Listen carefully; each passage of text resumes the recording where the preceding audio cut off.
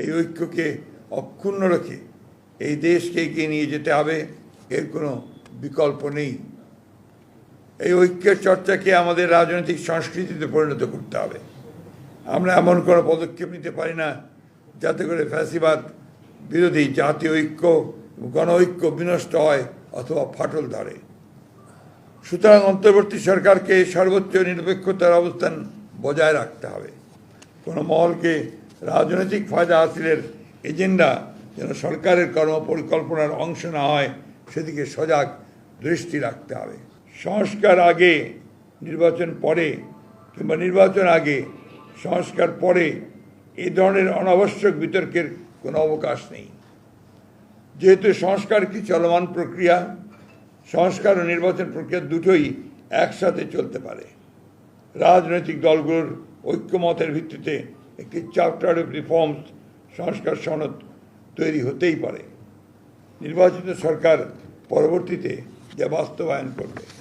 এমত অবস্থায় এখন অন্তর্বর্তী সরকারের মূলত করণীয় হচ্ছে একটি সুষ্ঠু, অবাধ ও গ্রহণযোগ্য নির্বাচন অনুষ্ঠানের লক্ষ্যে ঐক্যমতের ভিত্তিতে প্রয়োজনীয় সংস্কার শেষে দ্রুত একটি অবাধ ও নিরপেক্ষ জাতীয় নির্বাচন অনুষ্ঠানের আয়োজন করা এবং নির্বাচিত সরকারের নিকট দায়িত্ব হস্তান্তর করা।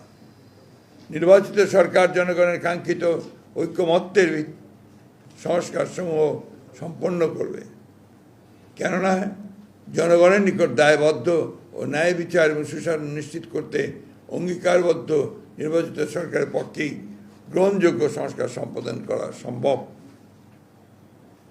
অন্তর্বর্তী সরকারের কোনো উপদেষ্টা ক্ষমতায় থেকে রাজনৈতিক দল গঠন প্রক্রিয়ায় প্রত্যক্ষ পরোক্ষভাবে জড়িত থাকায় জনমনে সংশয় সৃষ্টি হয়েছে। এ প্রক্রিয়ায় প্রশাসন যন্ত্রকে ব্যবহার করার নানা প্রকার লক্ষণ ও প্রমাণ ক্রমেই প্রকাশ পাচ্ছে, যা দেশ ও গণতন্ত্রের জন্যে মোটেই সুখকর নয়। স্প্রেডশিটে যে অপশন পছন্দগুলোর ঘরে ঠিক চিহ্ন দিতে বলা হয়েছে, তাতে একটি বিষয়ে প্রতিবাদ হয়েছে যে বিষয়গুলো প্রস্তাব আকারে আসতে পারত, তা প্রস্তাব না রেখে লিডিং কোশ্চেনের আকারে হ্যাঁ বা না উত্তর দিতে বলা হয়েছে। যেমন প্রস্তাবগুলো গণপরিষদের মাধ্যমে বাস্তবায়ন চাই কি না, হ্যাঁ বা না বলুন। কিন্তু প্রথমে সিদ্ধান্ত আসতে হবে যে গণপরিষদের প্রস্তাবে আমরা একমত কিনা। একইভাবে গণভোট ও গণপরিষদ এবং আইনসভা হিসাবে নির্বাচিত সংসদের মাধ্যমে প্রস্তাবগুলো বাস্তবায়ন চাই কিনা ইত্যাদি হ্যাঁ বা না বলুন। সংবিধানের প্রস্তাবনার প্রিএম্বল মতো অতি গুরুত্বপূর্ণ বিষয় সংস্কার কমিশনের সুপারিশে থাকলেও তাই স্প্রেডশিটে উল্লেখ করা হয়নি। স্প্রেডশিটে 70টির মতো প্রস্তাব উল্লেখ করা হলেও মূল প্রতিবেদনে সুপারিশের সংখ্যা প্রায় 123টির মতো। একইভাবে নির্বাচন ব্যবস্থা সংস্কার কমিশনের মূল প্রতিবেদনের 150টির মতো সুপারিশ তুলে ধরা হলেও স্প্রেডশিটে মাত্র 27টি বিষয় উল্লেখ করা হয়েছে, তার মধ্যে অধিকাংশই সংবিধান সংস্কারের সাথে সংশ্লিষ্ট। তাই আমরা মনে করছি স্প্রেডশিটের সাথে মূল সুপারিশমালার উপর আমাদের মতামত সংযুক্ত করে দিলে বিভ্রান্তি এড়ানো যাবে। জাতীয় ঐকমত্য কমিশনের স্প্রেডশিটের অবস্থা এবং কমিশন সদস্যদের বিভিন্ন সময়ের বক্তব্য ও বিশেষ কয়েকটি রাজনৈতিক দলের বক্তব্য বিবৃতির মধ্যে মিল পাওয়া যায়, যাতে জনমনে প্রশ্নের জন্ম দিতে পারে যে সকল বিষয়গুলো যেন একটি পূর্ব নির্ধারিত কর্ম পরিকল্পনার অংশ, যা গণতন্ত্রের স্বার্থের পক্ষে কিনা সেটা বলা মুশকিল। সুপারিশমালাসমূহ পর্যালোচনায় প্রতীয়মান হয় যেহেতু ভবিষ্যতে অনির্বাচিত ব্যক্তিদের রাষ্ট্রীয় দায়িত্বে নিয়োগের অযৌক্তিক প্রচেষ্টা রয়েছে, যা অনভিপ্রেত।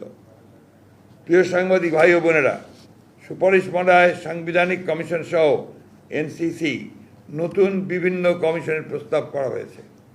এই সমস্ত কমিশনের এখতিয়ার কর্মকাণ্ডের যে বর্ণনা দেওয়া হয়েছে তাতে মনে করার যথেষ্ট কারণ রয়েছে যে আইন বিভাগ ও নির্বাহী বিভাগকে যথাসম্ভব আন্ডারমাইন করা এবং ক্ষমতাহীন করাই উদ্দেশ্য, যার ফলশ্রুতিতে একটি দুর্বল ও প্রায় অকার্যকর সরকার ব্যবস্থা প্রতিষ্ঠিত হবে। রাষ্ট্রের গণতান্ত্রিক চরিত্র, জনগণের মালিকানার প্রতিফলন হয় নির্বাচিত সংসদ এবং জনপ্রতিনিধিদের মাধ্যমে। কিন্তু সংবিধান ও নির্বাচন ব্যবস্থার সংস্কার কমিশনের সুপারিশসমূহ পর্যালোচনা করলে প্রতীয়মান হয় যে রাজনীতিবিদরা অপাঙ্ক্তেয় এবং অনির্বাচিত লোকদেরই দেশ পরিচালনার সুযোগ সৃষ্টি করাই শ্রেয়। জনগণের গণতান্ত্রিক ঐতিহ্য, কৃষ্টি এবং সংস্কৃতি, ধর্মবোধ এই বিষয়গুলোকে গুরুত্ব দিয়েই বিভিন্ন সংস্কার ও সাংবিধানিক সংশোধনী প্রণীত হওয়া বাঞ্ছনীয়। ফ্যাসিবাদ বিরোধী জাতীয় ঐক্যকে সমুন্নত রেখে দীর্ঘ প্রায় 16 বছরের ফ্যাসিবাদ বিরোধী গণতান্ত্রিক আন্দোলন ও জুলাই গণ অভ্যুত্থানের শহীদদের স্বপ্ন ও আকাঙ্ক্ষা অনুযায়ী একটি বৈষম্যহীন রাষ্ট্র ও সমাজ ব্যবস্থা প্রতিষ্ঠা করাই বর্তমান সময়ের সর্বোচ্চ অগ্রাধিকার। বৃহত্তর জাতীয় ঐক্যমতের ভিত্তিতে একটি শক্তিশালী গণতান্ত্রিক রাজনৈতিক সরকার প্রতিষ্ঠার জন্য আমাদের সকল প্রকার প্রচেষ্টা পরিচালিত হবে, এটাই জাতীয় প্রত্যাশা।